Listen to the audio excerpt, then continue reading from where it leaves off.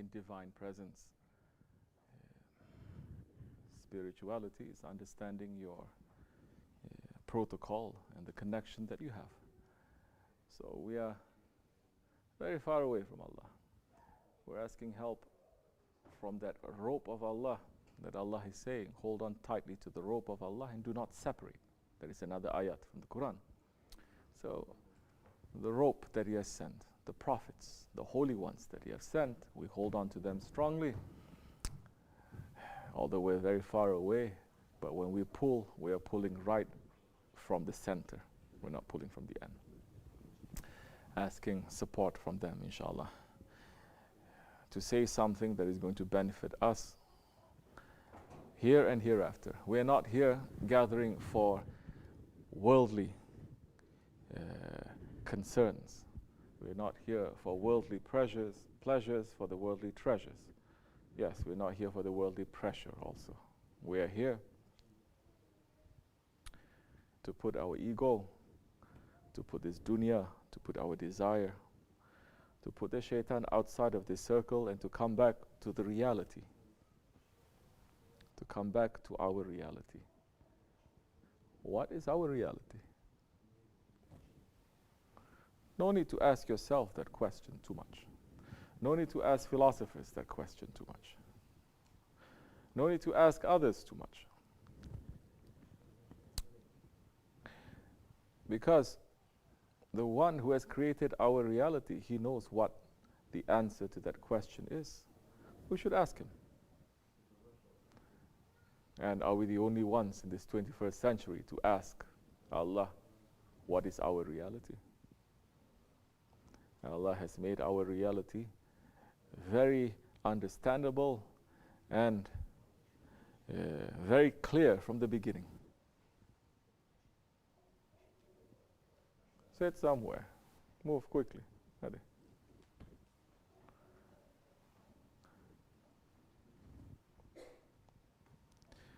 What is our reality? What is the reason of our creation? If we understand what is the reason of our creation, that time we understand what is our reality. For what purpose we have been created? Why have we been created?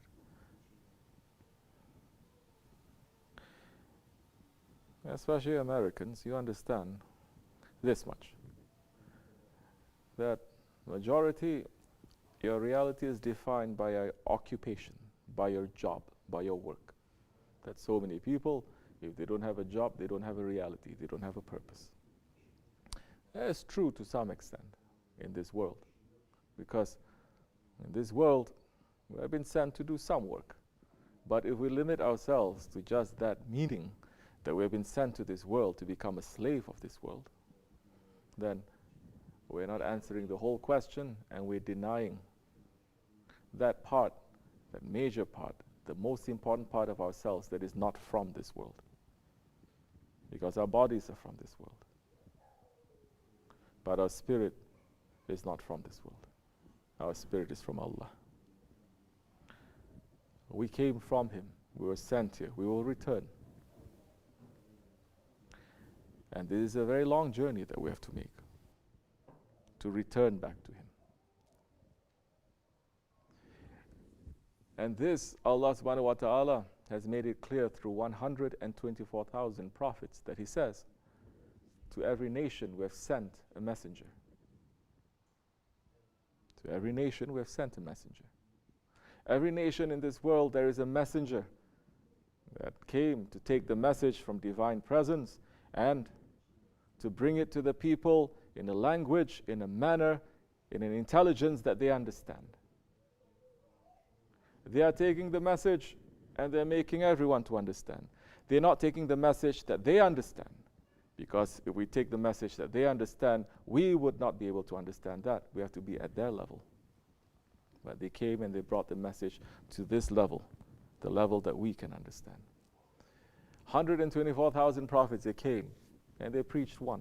They said one truth. Your Lord is one. I'm sent as a messenger.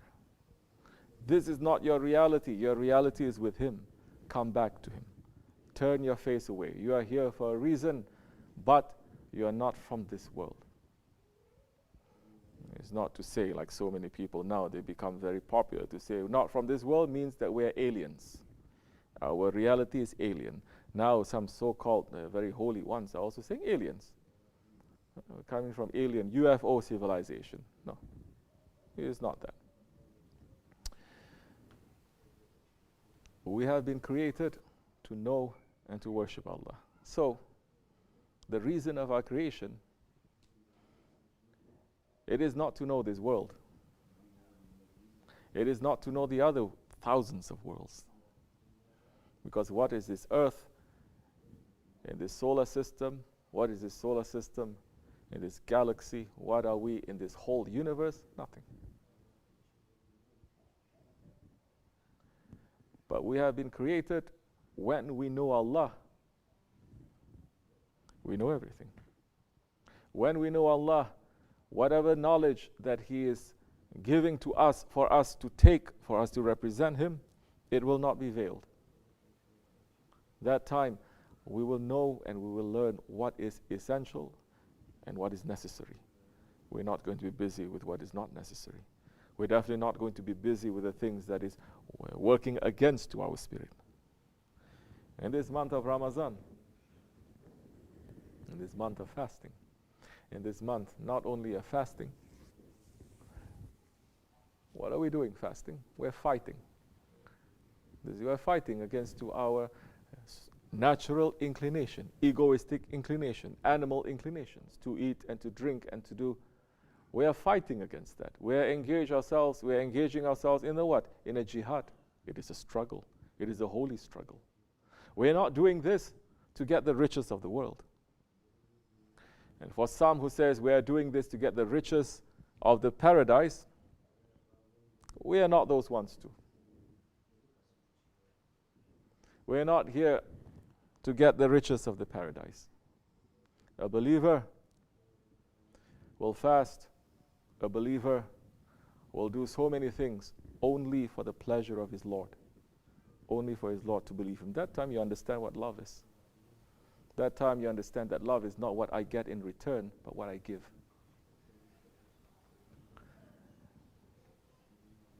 That time, when we are engaged in this struggle, this holy struggle, we understand a little bit of that reality, that we are not from this world.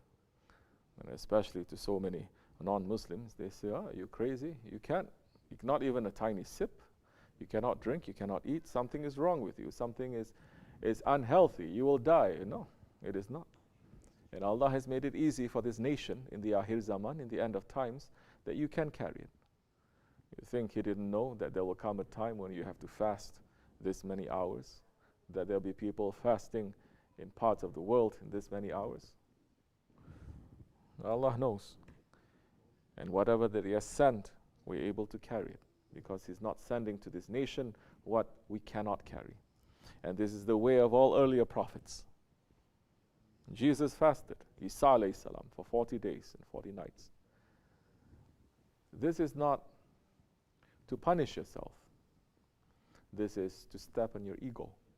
This is to mount your ego. Your ego, it is a very powerful creation of Allah. It's a creature of Allah that is very powerful. That Allah has given it so much power that it is the only creature in reality that is denying Allah. That is saying, "You are you and I am me." That is being a partner to Allah. It is inside of us. That Allah has put the ego inside of us. And Allah is saying that ego, that is a mount, that is a vehicle. It has so much power. Don't let it to ride you. You ride on that ego, and that ego, the power that the ego has, it can make you rise to higher stations. The higher stations that we're achieving, that we're trying to achieve, is to be near to Allah, to be close, to be pleased with, for Him to be pleased with us. Rabi'atul Adawiyah, heavenly friend of Allah, Shaykh Effendi said this story so many times. She came out of her house carrying a bundle of firewood, a torch in her hand, and a bucket of water in the other one. And they asked, Ya Rabbi, oh Holy Mother, what are you doing with that fire? What are you doing with that water? And she says, with this fire, I'm going to burn all the paradises. And she said, with this water, I'm going to put out all the fires of hell. To say those words in the context of Shariat, meaning to deny and to destroy heaven and hell, is considered very not too good. They may punish you for that. But she's saying that, and when they ask her why, what is the reason, Ya Rabbi? Because she says, people, the majority, they only worship Allah to go to paradise. And they worship Him because they fear from hell. They don't want to enter into a hell. But it says only a very few special select group, they worship Him because He deserves to be worshipped. We are not denying the paradise. We are not denying the hell. May Allah be generous with us. But we are looking to please Him. And to please those ones whom He is pleased with. That is the reason that we are here, to hold on tightly, inshallah. And in this month, although there are certain heaviness that is coming definitely to this nation, definitely to the whole world, there is also a month where the believer must pull himself back a little bit and come back to his own cave and to sit quietly, to sit and to observe himself and to observe around, not just to be heedlessly participating in everything. We don't even participate in drink and water. That is showing that we have to pull ourselves back and watch and understand. Once you start watching here, once you understand watching around you and understand, and you are watching what is above you, that time you will know yourself, and you will know your Lord. May Allah always make us to be under the feet of our Shaykh, inshallah, to understand and to become better ones. Wa min Allahu tawfiq al-Fatiha. Amin. Assalamu alaikum wa rahmatullah. If anyone has any questions, ask, feel free.